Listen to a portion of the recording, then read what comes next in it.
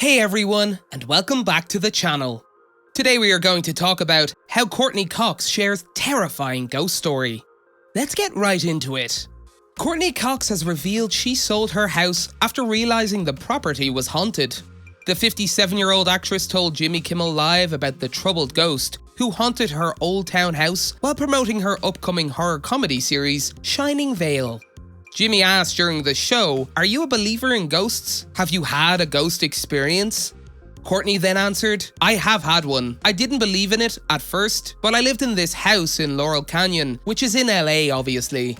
It was Gypsy Rose Lee's house and Carole King," while referencing the late burlesque entertainer Gypsy and singing legend Carole.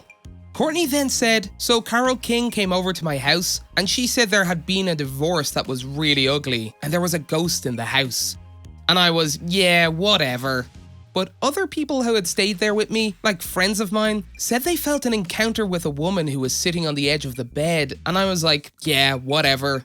Courtney said she even did a seance with Carole, but was so in awe with the singer that she didn't listen to a word. She said, "But then I was at the house one day, not being a believer, and the doorbell rang. It was a UPS guy or something. And I opened the door and he said, 'Do you know this house is haunted?' Courtney then said, and I go, 'Yeah, why? Why do you think that?' And he goes, 'Because there is someone standing behind you.' And I was like, let's sell." Jimmy asked if she really sold the house because of that, and Courtney answered, "Probably." She then added, "You don't think of it the same way, you start seeing things." But it's not like her experience spoiled how she sees the film. Courtney Cox knew she could play both comedy and horror, thanks to her roles in Friends and the Scream franchise, but something told her that the new Starz series, Shining Vale, would put her skills to the ultimate test. Cox said at the series premiere at TCL Chinese Theatre in Hollywood, where she was joined by co-stars Greg Kinnear, Mira Sorvino, Judith Light, and Rob Morrow, as well as a familiar face from her TV past, Lisa Kudrow. "Such a dramatic role that also was comedic was a balance that I hadn't played in quite this way." She then added, "It's a part that I'm just not used to being able to challenge, and it got me really excited about acting again." Shining Vale was conceived as a comedic riff on The Shining by co-creators Sharon Horgan and former Friends writer Jeff Astrof.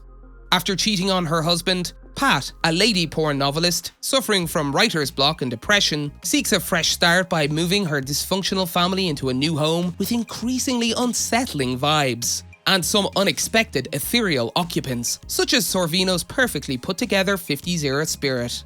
Astrof said he immediately fell for the concept floated by Horgan. Astrof said, "Sharon said I want to do something really scary. Do you think you can do horror and comedy together?" And I said yes, because every time you go to a horror movie, after you scream, you laugh.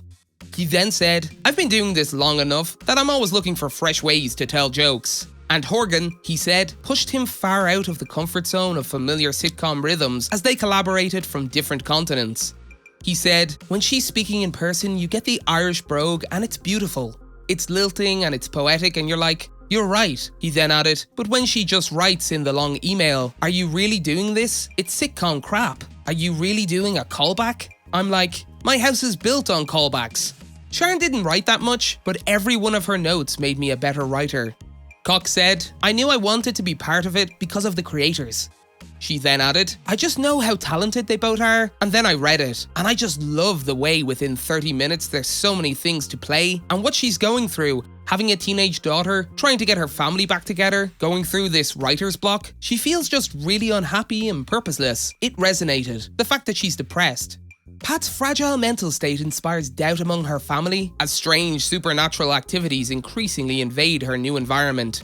A horrific and satiric metaphor for society's tendency to dismiss the problems of women of a certain age. Cox said, "It's really heavy issues, and they're real." She then added, "She's not being believed when she sees a ghost for the first time, and it's just so frustrating. It's an honest topic in every way. When you are the age she is, it's what people go through.